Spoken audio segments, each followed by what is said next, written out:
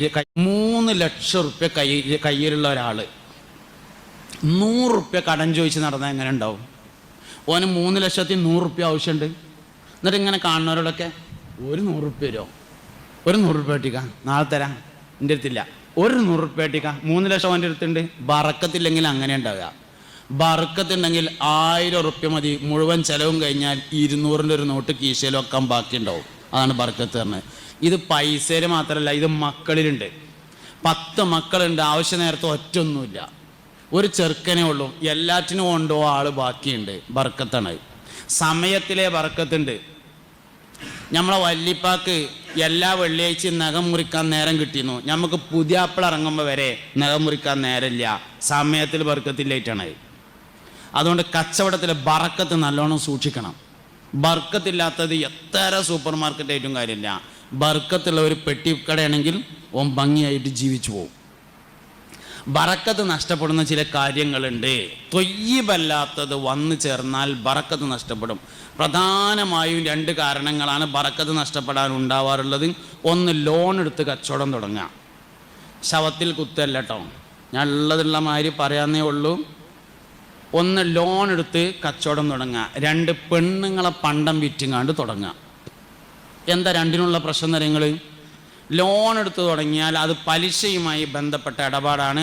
ആർക്കെങ്കിലും ഉണ്ടെങ്കിൽ വേഗത്തിൽ ആ ഇടപാട് തീർക്കാൻ ആവശ്യമായ കാര്യം ചെയ്യണം. അത് എന്ന് തീരണോ അന്ന് മുതൽ ബർക്കത്ത് തുടങ്ങും. വേഗം തീർക്കണം. പെണ്ണുങ്ങളെ പണ്ടം വിറ്റാൽ എന്താ വെച്ചാൽ, പെണ്ണുങ്ങൾ അവരുടെ പണ്ടം ഇഷ്ടപ്പെട്ട് തരൂല. ഒരു പെണ്ണും തരൂല കേട്ടോ. നിങ്ങളെ പെണ്ണുകളതിൽ നിന്ന് ഒഴിവാണെങ്കിൽ അത് മാത്രം ഒഴിവാക്കി കളി തരൂല. അതിൻ്റെ തെളിവെന്താ കാര്യങ്ങൾ? വാപ്പ മരിച്ചിട്ട് മുതൽ ഒരുക്കുമ്പോൾ അടുക്കളയിൽ നിന്ന് ഉമ്മ വിളിച്ചു പറയും, കുട്ടികളെ വാപ്പ പണ്ട് ഖത്തർക്ക് പോയത് ഇമ്മാൻ്റെ മണിക്കാതിരെ വിറ്റിട്ടായിരുന്നു കേട്ടോ, അതുകൊണ്ട് റോഡ് സൈഡിൽ ഉമ്മാക്ക് 3 സെൻറ്റ് അധികം അളന്നിട്ടാളീന്ന് പറഞ്ഞാൽ എന്താ അതിൻ്റെ അർത്ഥം? പണ്ട് മണിക്കാതിലെ ഖത്തർക്ക് പോകുമ്പോൾ കൊടുത്തത് ഇഷ്ടപ്പെട്ടിട്ടല്ല. അതാണ് ആ പറഞ്ഞതിൻ്റെ അർത്ഥം. അപ്പോൾ പെണ്ണുങ്ങൾ പണ്ടം ഇഷ്ടപ്പെട്ട് തരൂല എന്നുള്ളതുകൊണ്ട് ഞാൻ അങ്ങനെ പറഞ്ഞതാണ്. ഏതെങ്കിലും ഒരു പെണ്ണ് തന്നിട്ടുണ്ടെങ്കിൽ ഞാൻ ഈ പറഞ്ഞതിന് ഒഴിവാണ്. സൂക്ഷിക്കേണ്ട 2 കാര്യങ്ങളാണ് ഇത് രണ്ടും. ഒന്ന്, ലോൺ എടുത്ത് തുടങ്ങിയത് ഒടുക്കെത്തൂല, പെണ്ണുങ്ങളെ വണ്ടം വിറ്റത് ഒടുക്കെത്തൂല. അതിന് കാരണം രണ്ടും ഇഷ്ടപ്പെട്ട മുതലല്ല, തൊയ്യ് എന്നുള്ളതാണ് കാരണം. അന്ന് തീരുമാനിക്കരുത്. ചെയ്യണ ഏറ്റവും നല്ല തൊഴിൽ എന്തെന്നെയാണ്? കച്ചവടം തന്നെയാണ്. നല്ലത് കേടന്നാലാണ് വടക്കാവുക. ചെയ്യുകയാണെങ്കിൽ ചെയ്യാൻ പറ്റുന്ന ഏറ്റവും നല്ല തൊഴിൽ കച്ചവടമാണ്.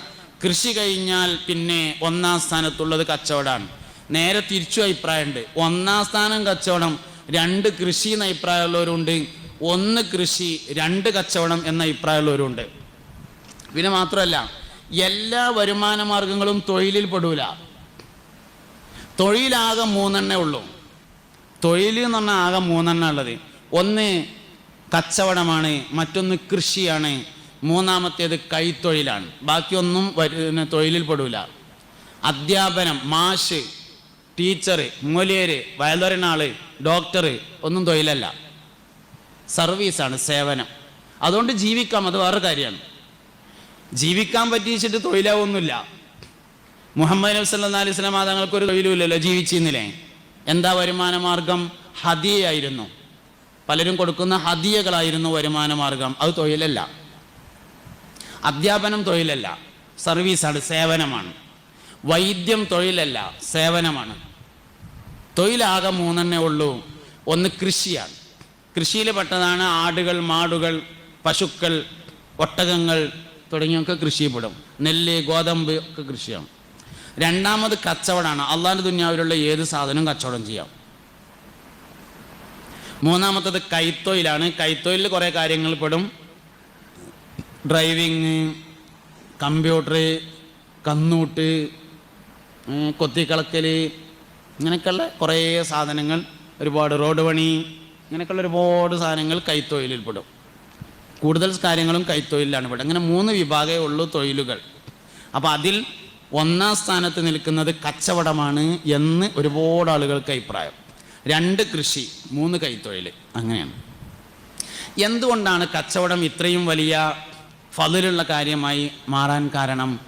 ദൂരനാടുകളിൽ നിന്ന് ഒന്നിച്ച് ധാരാളം സാധനങ്ങൾ വാങ്ങിക്കൊണ്ടുവന്ന് ആവശ്യക്കാർക്ക് അല്പാൽപമായി വിതരണം ചെയ്യുക എന്ന ഹിദ്മത്ത് അതിൻ്റെ പിന്നിലുണ്ട് എന്നതാണ് കാരണം. ഒരു ഹിദ്മത്ത് അതിൻ്റെ പിന്നിലുണ്ട് എന്നതാണ് അതിൻ്റെ കാരണം. അതുകൊണ്ട് തന്നെ മുൻഗാമികളായ ധാരാളം സ്വാലിഹീങ്ങൾ കച്ചവടം നടത്തി. അതിന് ഉദാഹരണം പറഞ്ഞതാണ് ഗൗസുൽ ആലം സുൽത്താൻ മുഹിയുദ്ദീൻ അബ്ദുൽ ഖാദിർ ജീലാനി. 65 കൊല്ലം കച്ചവടം ചെയ്തിട്ടുണ്ട് മുഹ്യിദ്ദീൻ ഷെയ്ഖ്. 65 കൊല്ലം കച്ചവടം ഉണ്ട്. കച്ചവടം മാത്രമല്ല, മുഹ്യിദ്ദീൻ ഷെയ്ഖ് റളിയല്ലാഹു അൻഹു വേറെ ഉണ്ടായിരുന്നു. മൂപ്പര് രാഷ്ട്രീയക്കാരനായിരുന്നു. 4 അബ്ബാസിയ ഭരണാധികാരികളോടൊപ്പം ഭരണത്തിൽ പങ്കുചേർന്നിട്ടുണ്ട്. ഒപ്പം കച്ചവടമുണ്ട്, ഒപ്പം വയലുണ്ട്. 40 കൊല്ലം ഗൗസുൽ ആലം വയല് പറഞ്ഞിട്ടുണ്ട്. 40 കൊല്ലം. 25-ാമത്തെ വയസ്സിൽ നാട് വിട്ടു. 25-ാമത്തെ വയസ്സിൽ നാട് വിട്ടതിന് ശേഷം 25 കൊല്ലം പഠനവും കച്ചവടവും, 40 കൊല്ലം വയലും കച്ചവടവും. അങ്ങനെയാണ്. 25 ആണ്ടോളം ചുറ്റി നടന്നോവർ, ഇരിയെന്ന ഏകൽ കേട്ടാരേയിരുന്നോവർ. 40 ഇറ്റാണ്ടോളം വയല് പറഞ്ഞോവർ, നന്നായി 90 കൊല്ലം ഇരുന്നോവർ. നല്ല കച്ചവടക്കാരനാണ്. അപ്പോൾ കച്ചവടത്തിൽ വലിയ വലിയ ഉലിയാക്കന്മാരുണ്ട്, സ്വാലിഹ്യങ്ങളുണ്ട്, സജ്ജനങ്ങളായ ആൾക്കാരുണ്ട്. മൂല്യം പാലിച്ചാൽ മതി, പറ്റും. ഇബാദത്തുകൾ ചെയ്യുക എന്നതും ചെയ്യുന്നത് ഇബാദത്താക്കുക എന്നുള്ളതും രണ്ടാണ്. ശരിക്ക് നമ്മൾ വേണ്ട എന്താ വെച്ചാൽ ചെയ്യണ കാര്യം ഇബാദത്താക്കണം. നമ്മൾ കച്ചവടം ചെയ്യുകയാണെങ്കിൽ ആ കച്ചവടം ഇബാദത്താക്കിന് മാറ്റണം. ഞാൻ ഒരിക്കൽ കോഴിക്കോട് നിന്ന് ഇങ്ങനെ യാത്ര ചെയ്ത് വരുന്ന സമയത്ത് ഒരു ഹോട്ടലിൽ, നോമ്പിന് കുറച്ച് മുമ്പാണ്, ഭക്ഷണം കഴിക്കാൻ വേണ്ടി കയറി. അപ്പോൾ അങ്ങനെ നാടൻ ചോറും മീനും ഓർഡർ ചെയ്തു. അതിൽ ഒരു നീല കുപ്പായൊക്കെ ഇട്ടിട്ട് ഒരാൾ വന്നിട്ട്, ഒരു ചെറുപ്പക്കാരൻ പ്ലേറ്റൊക്കെ വെച്ച് ഭക്ഷണം കൂട്ടാനൊക്കെ കൊടുന്ന് വെച്ച് ചോറ് ഇങ്ങനെ ഇട്ട് വരുമ്പോൾ ബിസ്മില്ല എന്ന് പറഞ്ഞു. ബിസ്മില്ലാഹിർ റഹ്മാൻ റഹീം. ഞാൻ കേൾക്കാൻ വേണ്ടി പറഞ്ഞതല്ല, അയാളത് പറഞ്ഞു. എനിക്കിങ്ങനെ എല്ലാവരും എന്താ ചെയ്യണമെന്ന് നോക്കണൊരു പണിയുള്ളതുകൊണ്ട് കേട്ടു. അടുത്ത സ്ഥലത്ത് വയൽ തരണമെങ്കിൽ ഇവലെന്താ ചെയ്യണമെന്ന് നോക്കണമല്ലോ. ഇനി ഇവിടെ എന്താ കണ്ടുവച്ചാൽ അതല്ല അടുത്ത വയൽ അങ്ങനെയാണ് പരിപാടി. അപ്പം എനിക്കത് നോക്കണൊരു പണിയുള്ളതുകൊണ്ട്. പക്ഷെ ഞാൻ പറഞ്ഞത് എന്താ വെച്ചാൽ എത്ര വലിയൊരു ദാവത്താത്. ഒറ്റ ബിസ്മി ഉണ്ടാക്കുന്ന ഒരു മാറ്റമുണ്ട്. എന്താ നമുക്കൊരാൾക്കൊരു സാധനം കൊടുക്കുമ്പോൾ ഒന്നാണ്ട് ബിസ്മി എല്ലി കൊടുത്താൽ വരിക. അതിലിരുന്ന് പൈസ വാങ്ങുമ്പോൾ ബിസ്മി എല്ലിയിട്ട് വാങ്ങിയിട്ടാൽ എന്താ വരിക? ബറക്കത്തിൻ്റെ വഴി മുഴുവൻ നമ്മൾ അടക്കുകയാണ്. ബറക്കത്തിൻ്റെ എല്ലാ വഴിയും